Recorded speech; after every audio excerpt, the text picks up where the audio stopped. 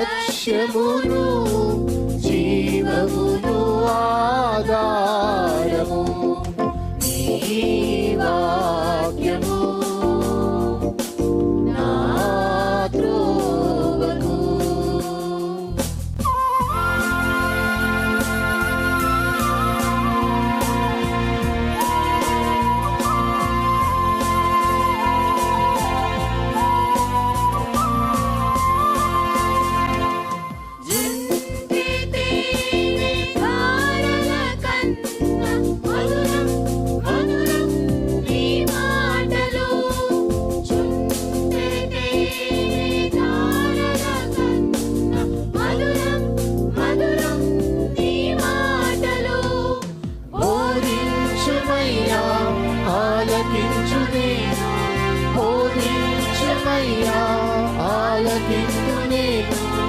అనుసరింతునయ్యా ఆత్మశక్తితో, అనుసరింతునయ్యా.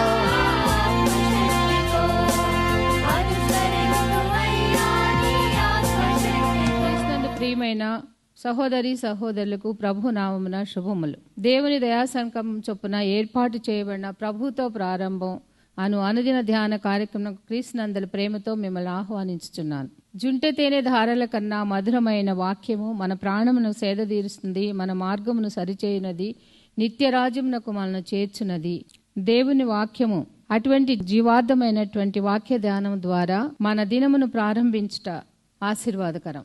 ప్రభుతో ప్రారంభం, తద్వారా ప్రతిక్షణము ఆయన మనతో, మన వెంట కాపరిగా, పోషకుడిగా ఉండాలని కోరుకుంటూ ప్రార్థనతో ప్రారంభిద్దాం. ఆయన ఆశీస్సులు ఆశీర్వాదములు సదా మనకు తోడైండునుగాక.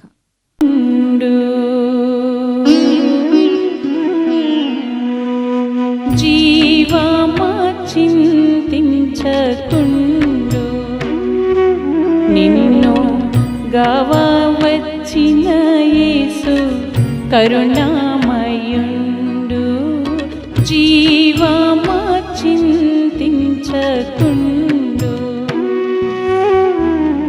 జీవమా చింతించి క్షితిమూరేణైనాని,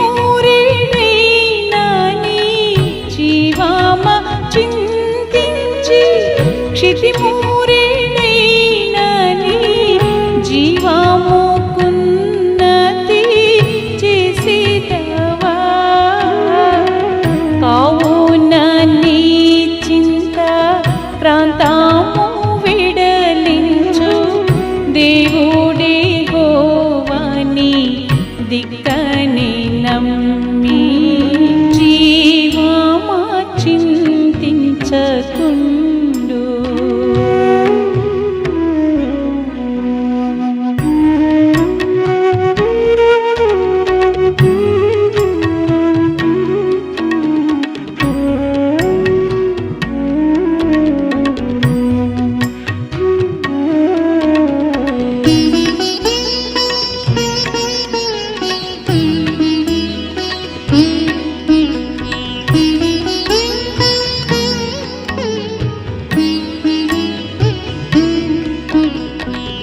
గగన వీధిని బో ఖగమోలు దున్నునా, గగన వీధిని బో ఖగమోలు దున్నునా, తెగగోసి కోట్లలో దాచునుకో. యగణిత పక్షుల ఆహారమీయంగా బెగడిద విందుకు పెంచు నిన్నతడు. జీవమా చింతించకుండు,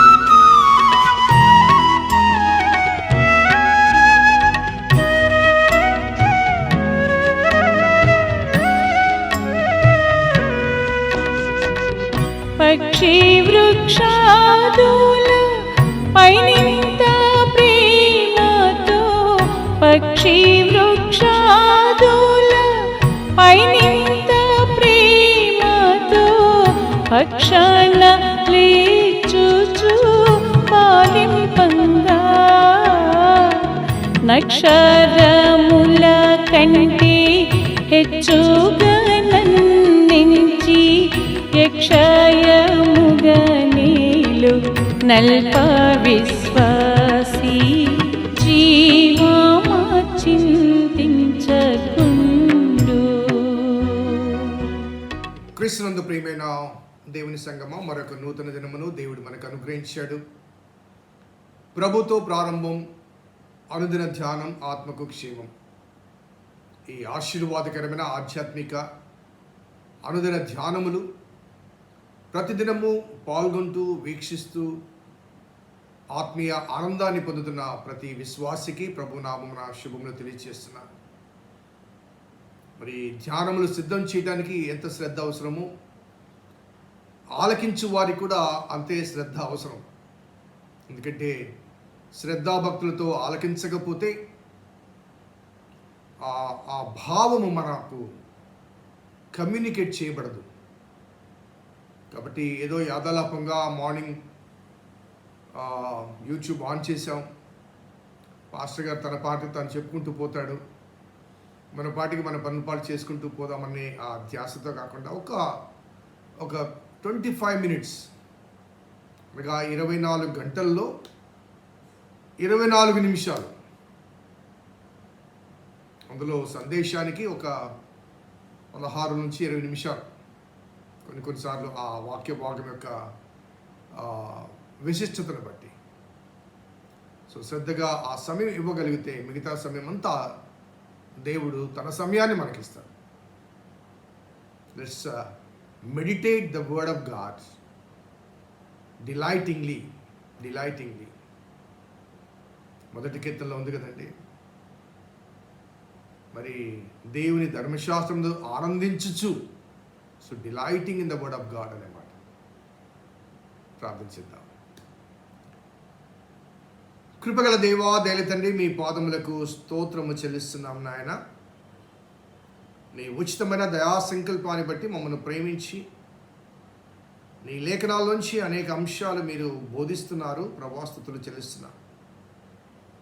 నీ వాక్యాన్ని ధ్యానం చేస్తుండగా మా జీవితాలకు అవసరమైన సూక్తులను మీరే అందించమని వేడుకుంటూ మా జీవిత దినములను క్రమపరుచుకోవడానికి క్రమశిక్షణ నియమావళి నీ వాక్యము. కాబట్టి శ్రద్ధతో ఆలకించుటకు మీ కృప అనుగ్రహించమని మా రక్షకుడైన యేసు నామమున అడిగి వేడుకొంచున్నాం తండ్రి, ఆమేన్. 17వ కీర్తనలోంచి 6, 7, 8 వచనాలు మనం చదువుకుందాం. నేను నీకు మొరపెట్టుకొని ఉన్నాను, దేవా నీవు నాకు ఉత్తరమిచ్చెదవు. నాకు చెవియొగ్గి నా మాట ఆలకించుము. నీ శరణు జొచ్చిన వారిని వారి మీదికి లేచువారి చేతిలో నుంచి నీ కుడి చేతి రక్షించువాడా, నీ కృపాతిశయములను చూపుము. ఈ వాక్య భాగం ఒకసారి మనం జ్ఞాపకం చేసుకుంటే, ప్రారంభములో మరి న్యాయమును ఆలకించుమంటాడు, నా మొరడు అంగీకరించమంటాడు, నా ప్రార్థనకు నీ చెవియొగ్గుము అనగా he was requesting God to listen to his prayer or petition. He was requesting God, దేవా ఆలకించు, అంగీకరించు, నేను పెట్టు మొరను అనగా నేను చెవి ప్రార్థనను నీవు చెవియొగ్గుము అంటూ రిక్వెస్ట్ చేస్తాడు. ఆ తదుపరి ఈ 5 వచనాల తరువాత 6వ వచనానికి వచ్చేసరికి ఆ భాష కొంత మారుతుంది. 6వ వచనంలో ఏమంటున్నాడంటే, నేను నీకు మొరపెట్టుకొని ఉన్నాను అనగా మై పిటిషన్ ఈజ్ కంప్లీటెడ్, నా వాదము నీకు చెప్పేశాను.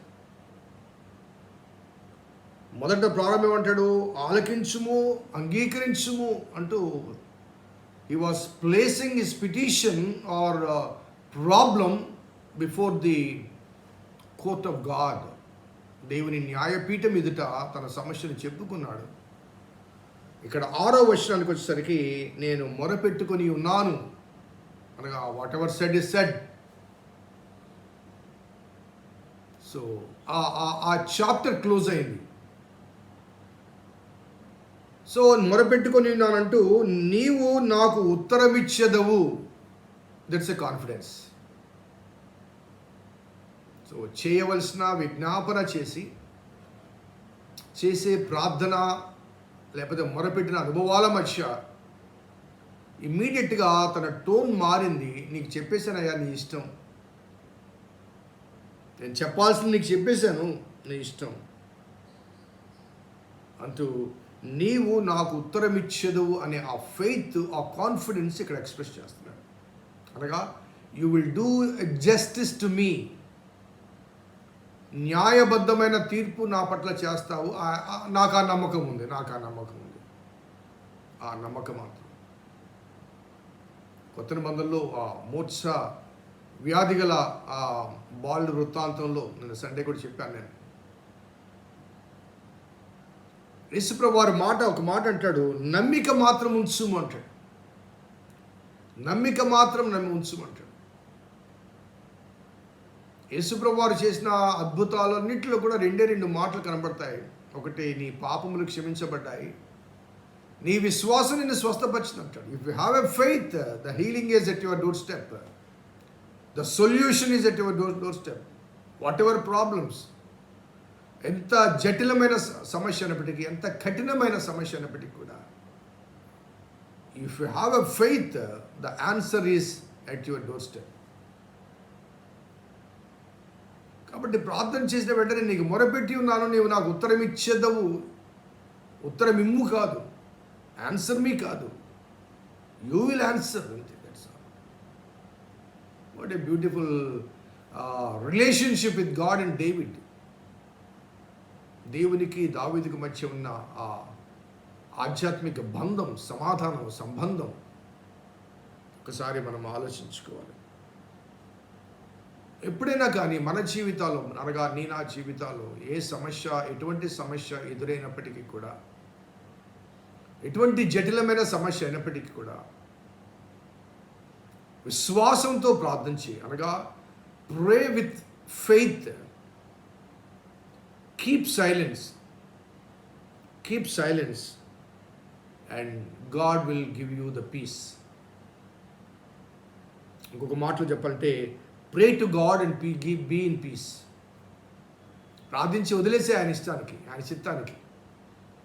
What ever response that comes from him, ఆయన ద్వారా వచ్చే జవాబు ఏదైనప్పటికీ కూడా అది మనము కోరిన జవాబు కావచ్చు, కాకపోవచ్చు, మనకు అంగీకారంగా ఉండే జవాబు కావచ్చు, కాకపోవచ్చు, మనకు ఇష్టంగా ఉండే జవాబు కావచ్చు, లేకపోతే కష్టంగా ఉండే జవాబు కావచ్చు. కానీ ఆయన నుంచి వచ్చే జవాబు న్యాయబద్ధమైనది.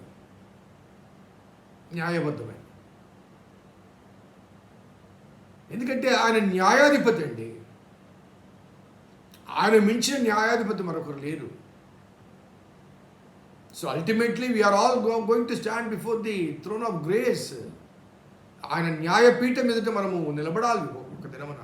ఎందుకంటే ప్రపంచం యావత్తుకు అతడు ఎటువంటి ఉన్నతమైన న్యాయాధిపతి, న్యాయస్థానంలో భౌతికంగా ఉన్నప్పటికీ కూడా, ఆయన మించిన ఉన్నతమైన న్యాయాధిపతి మరి మన దేశంలో కానీ, రాష్ట్రంలో కానీ, లేకపోతే ప్రపంచంలో కానీ లేకపోయినప్పటికీ కూడా, ఆయన కూడా, ఆ న్యాయాధిపతి కూడా ఉన్నతమైన న్యాయాధిపతి ఎదుట నిలబడాల్సిందే. తాను తీర్చిన తీర్పులకు జవాబు చెప్పాల్సిందే. అది న్యాయపు తీర్పా, అన్యాయపు తీర్పా? ఈ లోకపు న్యాయాధికారి కూడా దేవదేవుడైన ఆ ఉన్నతమైన న్యాయాధికారి ఎదుట నిలబడి జవాబు చెప్పాల్సింది. కాబట్టి pray to God with faith and be in peace. ఫిలిప్పీ పత్రికలు కూడా మొన్న రీసెంట్గా నేను చెప్పాను, దేని గురించి చింతించకుడి, రిజాయిస్ ఇన్ ద లార్డ్ అంటాడు. ఎల్లప్పుడూ ఆనందించండి. మరలా చెప్పుతూ ఆనందించండి. ప్రభు సమీపంగా ఉన్నాడు. God is at close. ప్రభు సమీపంగా ఉన్నాడు. మీ చింత యావత్తు ఆయన మీద వేయండి అంటాడు. సో నీ భారాన్ని, నీ బరువును, నీ సమస్యను మోయటానికి ఆయన ఎదురుగా ఉన్నాడు. కాబట్టి తీసి ఆయన మీద వేయి. Why do you carry all the load of your life? All the load of your life you are carrying unnecessarily when God is there to lessen your weight. ఈ గోడౌన్స్ దగ్గర బస్తాలు, ధాన్యం బస్తాలు మోస్తుంటారు చూడండి. ఆ ధాన్యం మోసేవాళ్ళు ఆ బస్తాను తీసుకొని భుజం మీద మోసుకొని వచ్చి ఆ గోడౌన్లో వేస్తూ ఉంటారు.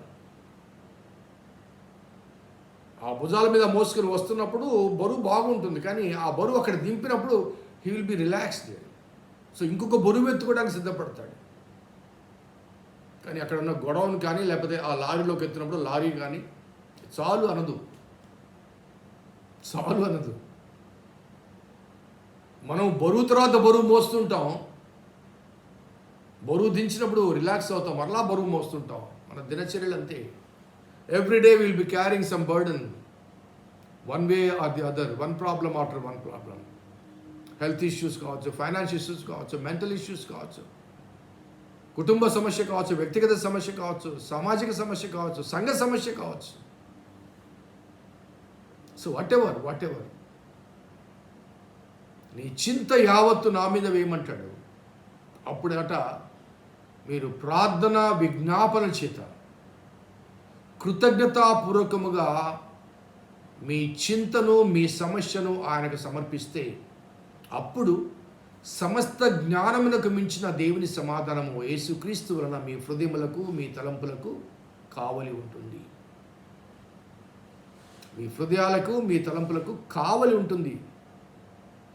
అనగా ద పీస్, ఆ సమాధానము, దేవుడు అనుగురించి ఆ సమాధానం అనేది ఈ చేతులతో కలిపి ఎక్కడి నుంచి ఓకే వీఆర్ పీస్ అని చెప్పడం కాదు.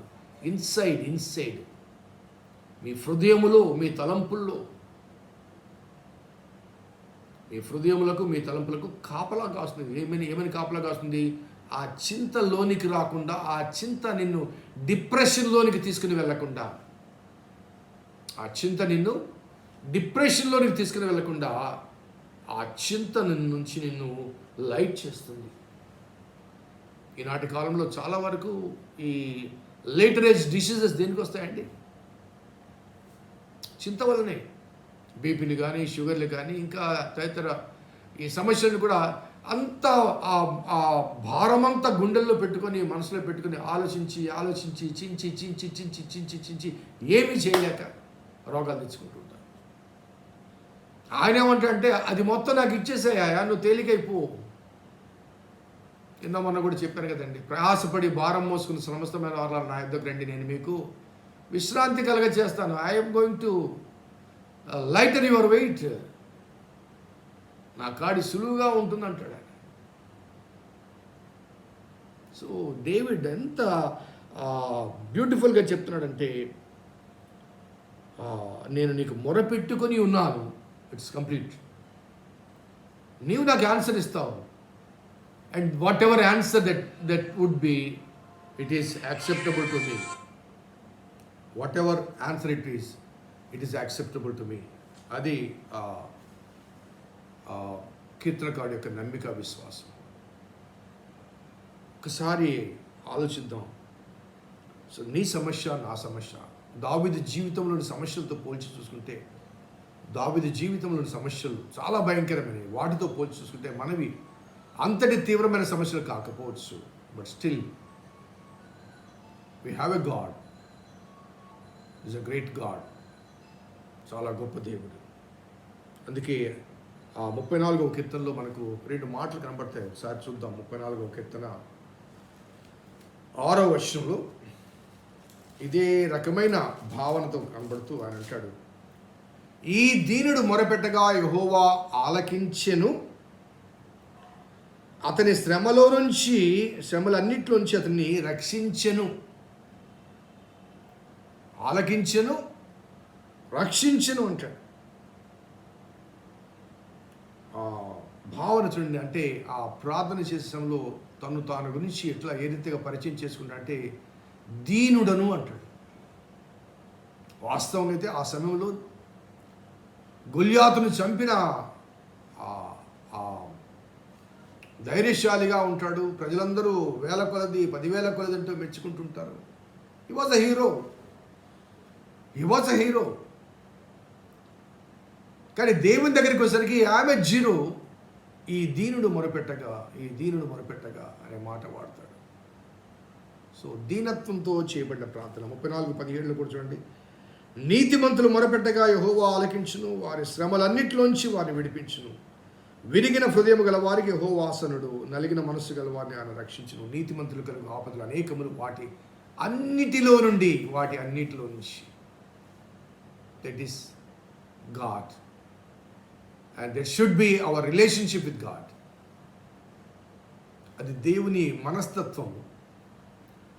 ఆ దేవునితో మనకుండవలసిన ఆ సంబంధం వెనుక పరిపూర్ణమైన విశ్వాసము, నమ్మిక ఉండాలి. అప్పుడు నెమ్మది కలుగుతుంది. ప్రార్థన చేద్దాం. కృపగల దేవా, దయల తండ్రి, మీ పాదములకు స్తోత్రము చెల్లిస్తున్నాం నాయన.